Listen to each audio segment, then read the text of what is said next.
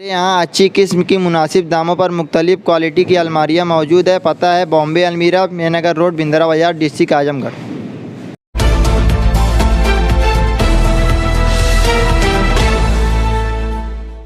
जय हिंद, आदाब। मैं हूं शमीम जराजपुरी और आप देख रहे हैं खबरों नज़र चैनल। सबसे तेज़ और ताज़ा समाचार देखने के लिए बने रहिए हमारे साथ। अब खबर विस्तार से। मुस्लिम रिलीफ कमेटी ज़िंदगी के मुख्तलिफ मैदानों में समाज की और इंसानियत की खिदमत जो है करती रहती है, बिला तफरीक मज़हब व मिल्लत, यानी ज़ात बिरादरी और मज़हब से ऊपर उठकर जो है मुस्लिम रिलीफ कमेटी सिर्फ इंसानियत की खिदमत कर रही है। इसमें किसी का भेदभाव नहीं है।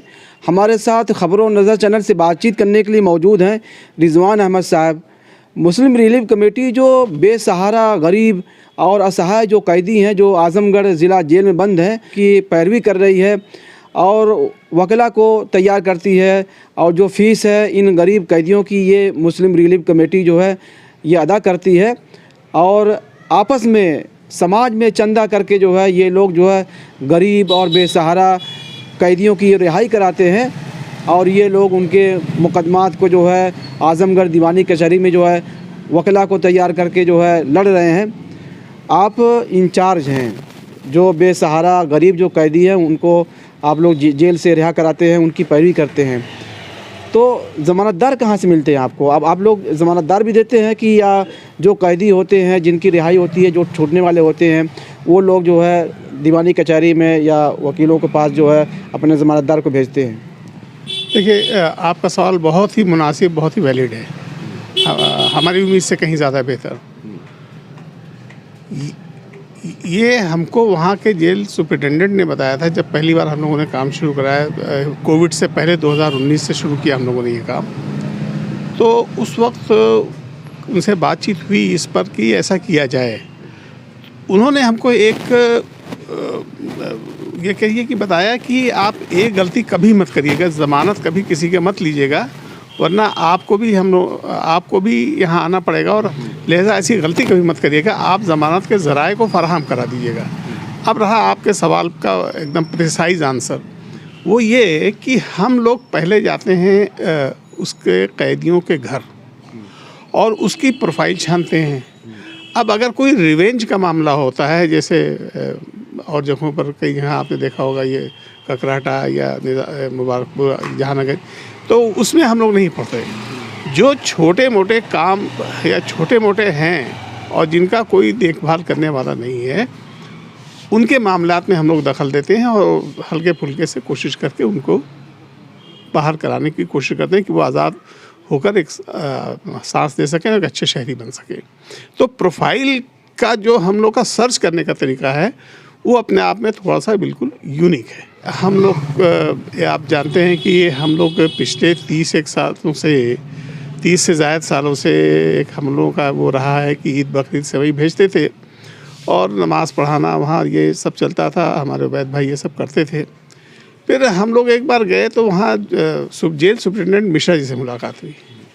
तो रोज़े का ज़माना था, तो हमारी ख्वाहिश थी, हम लोगों की ख्वाहिश थी, हम और अनीस भाई गए थे कि भाई कुछ हमारे साथ ये लोग भी रोज़ा खोले तो हम एक एहसास हो।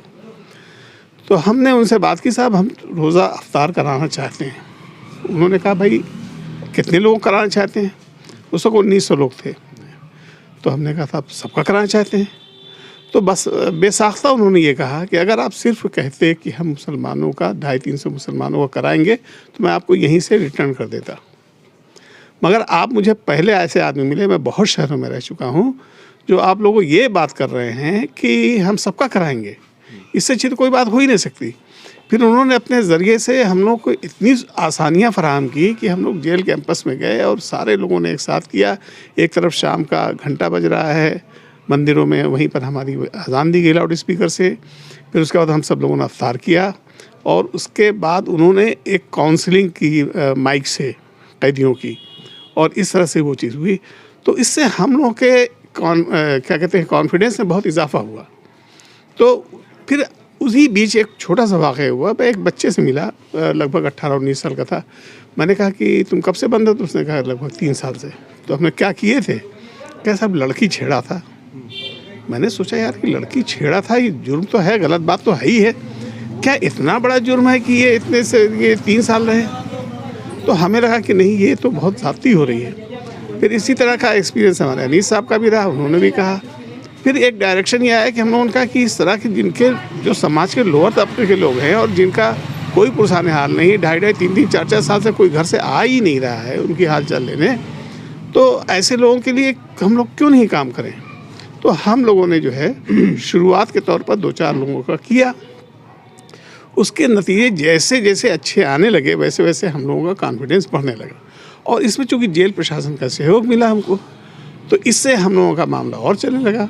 फिर हम लोग भी बढ़ते गए और चीज़ें भी बढ़ती गई। उसका अख्ताम नतीजा ये हुआ कि हम लोग जो है लगभग इस वक्त पहली बात कि हमारी गूंज जो है वो पहुंच गई वहाँ तक, मुख्यालय तक, और मुख्यालय में डीजी साहब ने बुला के हमारी कमेटी की तरफ से हमको एज ए नुमाइंदा हमको जो है बाकायदा किया, क्या कहते हैं, बहुत सम्मानित किया, और मोमेंटो दिया, शाल दिया और एक सर्टिफिकेट दिया, और कहा कि हम लोग आपके खिदमत में हाजिर हैं, आप जब भी कभी आइए, किसी तरह की कोई दिक्कत हो तो हम हाजिर हैं। अब इससे हम लोग के कॉन्फिडेंस में मज़ीद जो है इजाफा हुआ। अब हम लोगों का ये है कि बस जो बेसिक कुल ये है कि वही लोग जो समाज के एकदम नीचे तबके से आते हैं, irrespective of caste and creed, हम ये नहीं देखते, हम उसको कैदी को कैदी जानते हैं। आजमगढ़ जेल में जो कैदी बंद हैं, जो गरीब बेसहारा असहाय हैं, उनके नाम पते कैसे आपको जो मिलते हैं? क्या आप जेल में जाते हैं या मालूम करते हैं, पता करते हैं कि जेल जो प्रशासन है या जो जेलर हैं, जो जेल सुपरिटेंडेंट हैं, जो जेल अधीक्षक हैं, वो आपको नामों की फहरिस्त मुहैया करते हैं? देखिए, बिल्कुल again a very valid question, आपके सवाल बहुत अच्छे आ रहे हैं, तो इसे जवाब देने में अच्छा भी लग रहा है हमें। ये सही है कि हमारी क्या औकात कि हम जेल में जाएं और जेल में उसको ट्रेस करें। वो लोग हम लोगों के काम से इतना इम्प्रेस्ड हैं कि हम लोग उनसे गुजारिश करते हैं कि जो हमने अपना मिनिमम प्रोटोकॉल बना रखा, वो ये बना रखा है कि आप हमको 10 की लिस्ट दीजिए जिसमें हिंदू मुसलमान सब हों, नंबर 1। नंबर 2, वही पुरानी बात कि उनसे पिछले 2-3 सालों से कोई मिलने ना आया हो, किसी ने उनकी खैरियत ना ली हो, उनके घर वाले सब छोड़ चुके हों, ऐसे लोगों को हमें दीजिए। तो ये लिस्ट वो बना के देते हैं, फिर हम लोग उस पर काम करते हैं। जब वो लिस्ट कंप्लीट होने की आती है तो हम लोग दूसरी लिस्ट मांग लेते हैं। ये है सिस्टम हमारा। तो जो कैदी वहाँ बंद रहते हैं, तो उनके जो नंबरात होते हैं, जो फ़ोन नंबरात होते हैं, जो मोबाइल नंबरात होते हैं, तो उन नंबरों पे आप रब्ता करते हैं, संपर्क करते हैं उनके गार्जियन जो सरपरस्त हैं या घर वालों से? नहीं, हम नंबर के से नहीं करते। हम लोग को जो लिस्ट मिलती है तो अमूमन हम लोग कोशिश करते हैं कि उससे एक बार डायरेक्ट बात कर लें। अच्छा। क्योंकि देखिए, एक प्रोफाइल तो हम पर्सनली जांच करते हैं खुफिया तौर से, और दूसरी प्रोफाइल जो है हम उससे उसी से पूछने का, भाई क्या किया था तुमने, किस बात के लिए तुम आए हो यहाँ। तो पहले काफ़ी कुछ तो वहीं से क्लियर था, किस गांव घर है, तो नाम पता, बाप का नाम तो वहीं ले लेते हैं, और बाकी जो पर्सनल प्रोफाइल है उसको सर्च कर लेते हैं। जब दोनों को मैच कराते हैं, जब हम हर तरह से मुतमईन हो जाते हैं कि हम गलत जगह हाथ नहीं डाल रहे हैं, तो फिर हम लोग हाथ डाल देते हैं उसमें। अच्छा, जो गरीब बेसहारा कैदियों की जो लिस्ट आपको मिलती है, नामों की जो फहरिस्त मिलती है, वो जब जेल प्रशासन की तरफ से आपको मिल जाती है तो आप लोग जेल के अंदर जाते हैं, उस कैदी से बातचीत करते हैं, पूरा पता करते हैं, पूरा सुराग लगाते हैं कि किस मामले में ये बंद है, क्या क्राइम किया। हाँ, जी बिल्कुल, ये बिल्कुल ज़रूरी है। हमने आपसे बताया ना कि हम लोग एक चीज़ खाली ये देखते हैं, कोई सीरियस मैटर वाला ना हो और कोई रिवेंज वाला मतलब मैटर ना हो। रिवेंज का से मेरा मतलब ये है, जैसे एक आदमी हमने आपके मार दिया, फिर आपने कहा अच्छा बेटा रुक, हम आते तब बताते हैं तुमको, उसने भी जाके मार दिया। तो ये जहाँ रिवेंज बदले वाला मामला आता है, इस तरह की चीज़ों में हम लोग गलती से भी हाथ नहीं डालते। हमारा प्रोटोकॉल वही है और हम उस पर कायम हैं कि हमको समाज के निम्न सबसे जो रिसीवर एंड है उसी पर से 10 कैदी की लिस्ट चाहिए।